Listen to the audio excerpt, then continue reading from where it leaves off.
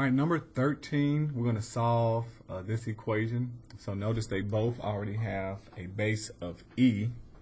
So we have e to the x equals e to the 5x plus 28. All right, the fact that these two e's are the same already, then we would just drop and we would just have x equals 5x plus 28. All right, so we would combine the x terms by subtracting 5x from both sides. That would go away, and this would leave us with negative 4x equals 28. And then we would divide by negative 4 on both sides, leaving us with x equals negative 7. So x equals negative 7 there.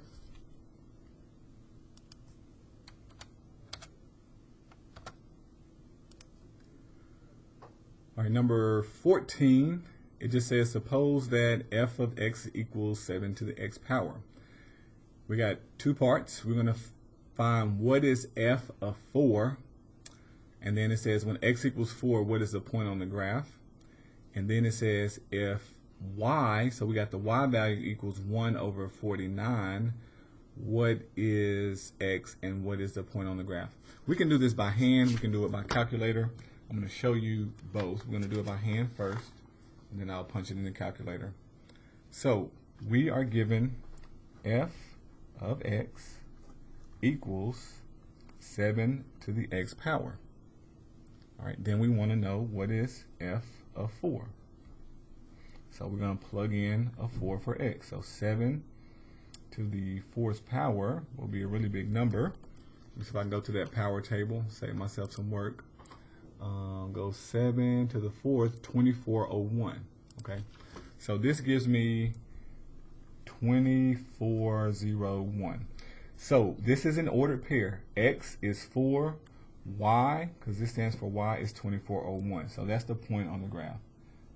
X is 4, y is 2401.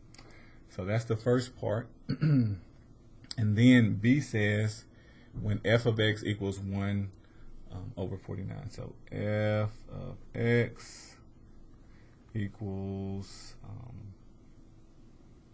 1 over 49. So a couple ways you can think about this. This is the y value. This equals 7 to the x power. So notice we have 7 as a base. I want to have 7 as a base over here. So how can I write 49 with the base of 7?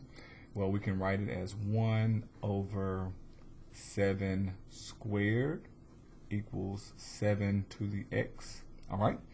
And this is on the bottom. I need it to be just one term. So remember, you can move things in opposite location by changing the sign of the exponent.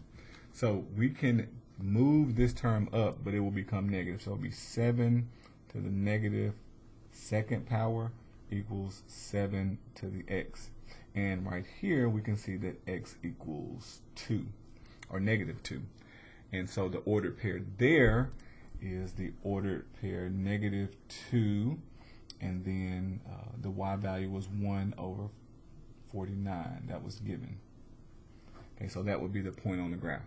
So let's also look at that with the calculator. I'm going to turn it on, go to y equal. I'm going to clear this out, and I'm going to go and type in 7 raised to the x power. All right, instead of looking at the graph, I want to look at the table that's in yellow above graph. So I'm going to hit second graph to see the table. We're going to go down when x is 4. You see right across, we get a y value of 2401. And then I had to work backwards to figure this one out. So when x is negative 2, if you actually scroll up, okay, you get the negative values. And this is in decimal form. Let me see. Can I change? I don't know. I can't change it to fraction form. Second graph. Let me see. Will it do that? Math?